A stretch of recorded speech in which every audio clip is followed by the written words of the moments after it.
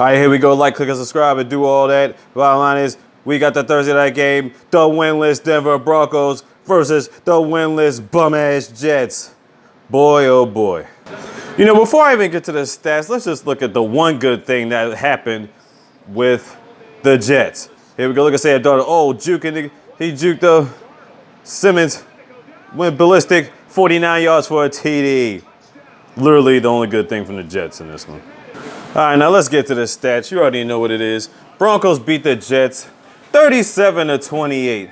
Brett Rippin, 19 for 31, 242 yards, 2 TDs, 3 picks. Melvin Gordon had 107 yards, 2 TDs. Tim Patrick had 113 yards, 1 TD. Sam Darnold, 23 of 42, 314 yards, and he had 1 rushing TD. Well, no TDs, no picks for him.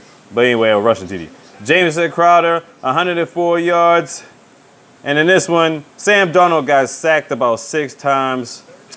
The Jets had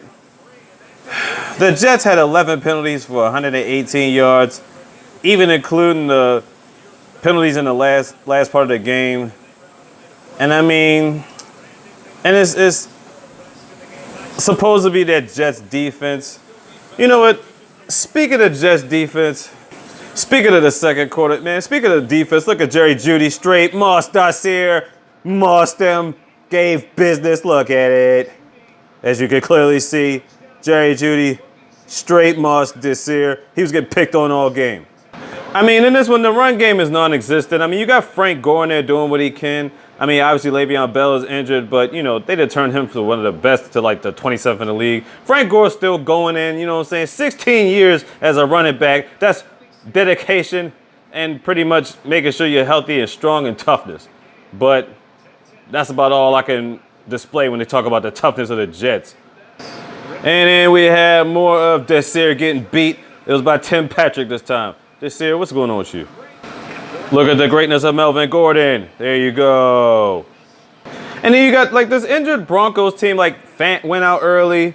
I mean, you don't have Phillip Lindsay in this one. You don't have Drew Lock. As we know, Von Miller's out for the season. Cortland Sutton is out for the season. With this injury battle routine, you got a third straight quarterback who did great things in the first half. He kind of miscued some things in the second half. But you got a third straight quarterback, and Denver is averaging about 13 to 15 points a game. You let Brett Rippin throw 37 on that ass and give y'all the business. Man, in MetLife Stadium, giving y'all the business, yeah. More Melvin Gordon getting loose, as he should, helping out my fantasies. There you go. Gordy. Now, regardless how Brett Rippin did in the first half, the second half, he was literally trying to give the game away. Look at this here. He's getting his respect back after just getting beat pretty much the whole goddamn game and gets himself a TD. Like he was literally trying to give them this game, honestly. Try to.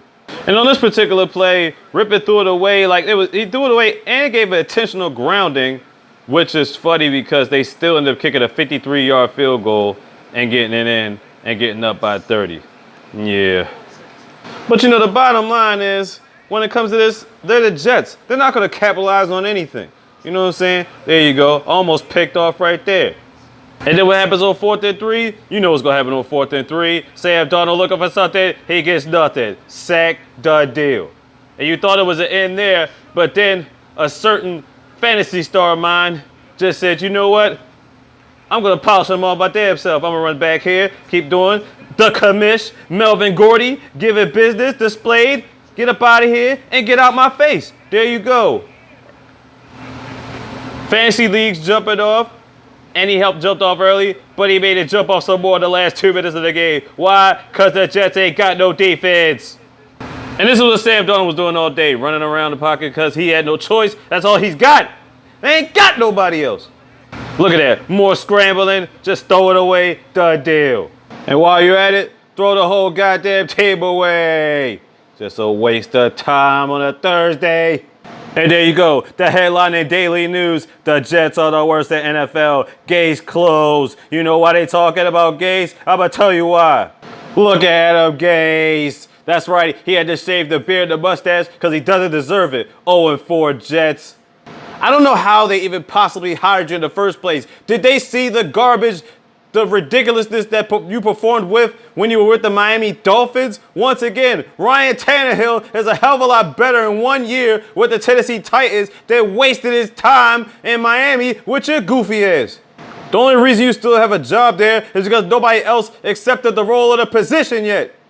Mad Life, you need to met up and get a life and throw this pile of junkyard residue back to the streets. Intoxicating the cities of New York with this dumpster juice and landfill leftovers, just all around trash. I mean, where is this quote unquote, as your CEO likes to say, where is this brilliant offensive mind that you're bringing to the Jets? You didn't even bring it to the Dolphins. Why? Waste of time, period.